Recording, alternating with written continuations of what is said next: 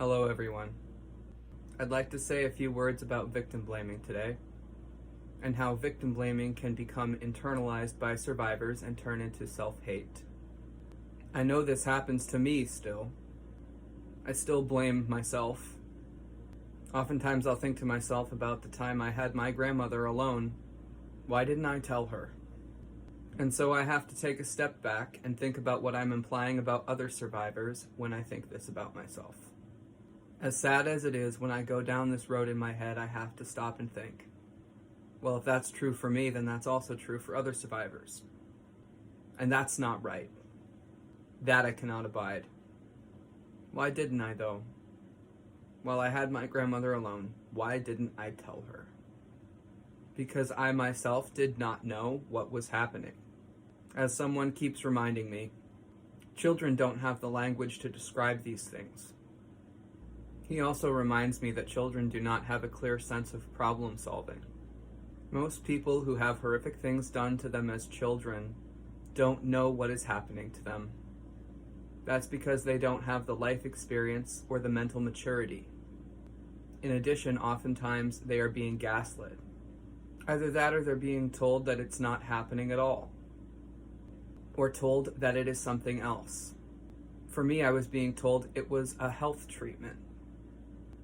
Why is it that unless you tried to run away, people think that you deserved it or something? This entire society shrugs spilt milk and bootstraps, and leaves survivors with very little help.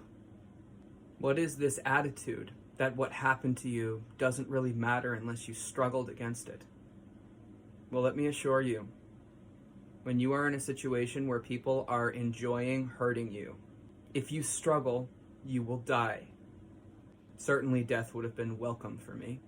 In fact, the only thought that got me to sleep at night was the thought that maybe a plane would crash into the trailer and I wouldn't have to wake up to live another day of it. But I was brainwashed. I was completely devoted to my biological mother. I was completely convinced of her lies, that if I did not stay to take care of her, that she would not survive.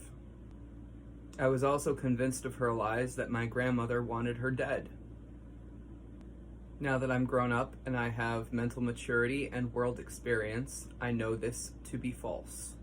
I know this to be false because my grandmother gave my mother $1,000 a month every month for 10 years. I know this to be false because my grandmother still lets her live in her house to this day. When I was a child and did not have worldly experience or mental maturity, I wholeheartedly believed my biological mother's lies. In addition, I had Stockholm Syndrome. However, the most important part to recognize here is that I was dissociated. The brain has mechanisms, subconscious, deeply rooted mechanisms to keep you alive. It's called dissociation, and I had no control over it. It was simply something that my brain did. I had no control over the autopilot that had engaged. I became like a robot. I became completely passive. You might say I went limp. I was also being drugged. So no, I never called 911. I never called my grandmother. Even if I could have coherently expressed what was happening to me at the time, which I could not, I still would not have been allowed to use a phone without their supervision.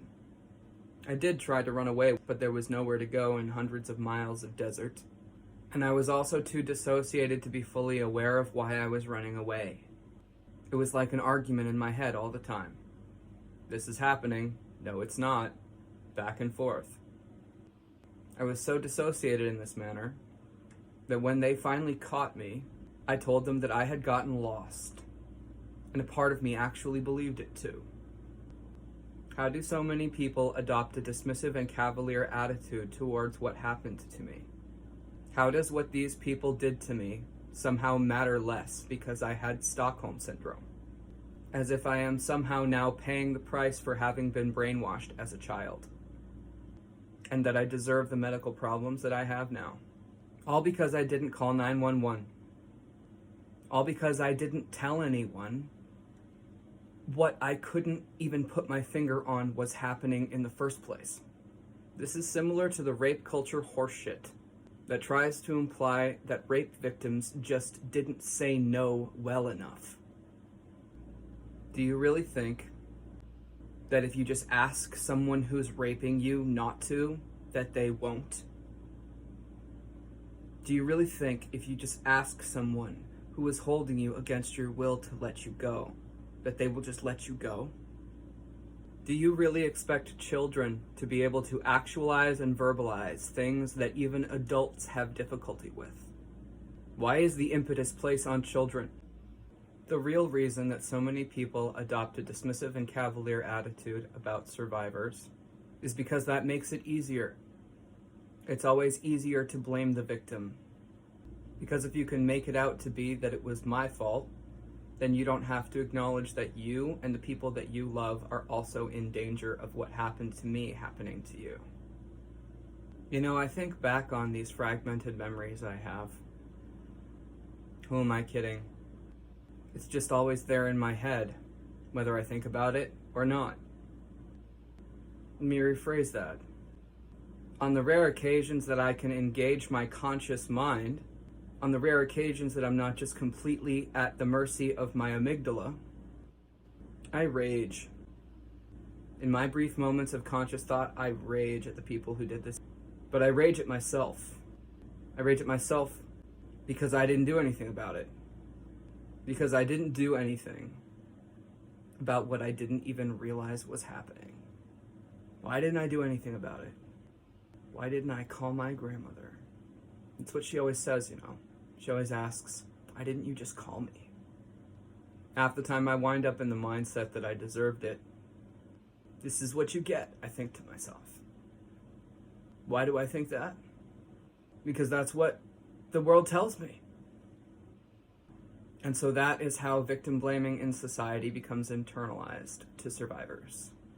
It's made me blame myself even more than I already did. I'm fighting it now. But I'd be lying if it didn't cross my mind all the time, the thought. Just because I deserved it doesn't mean that they did. But you know what? God damn it, I didn't deserve it either. And neither did you. Neither did anyone. Neither does anyone that's survived. No matter what. Well, that's all I've got to say about victim blaming. For now. Until next time, peace and love, kids. I love you. Peace.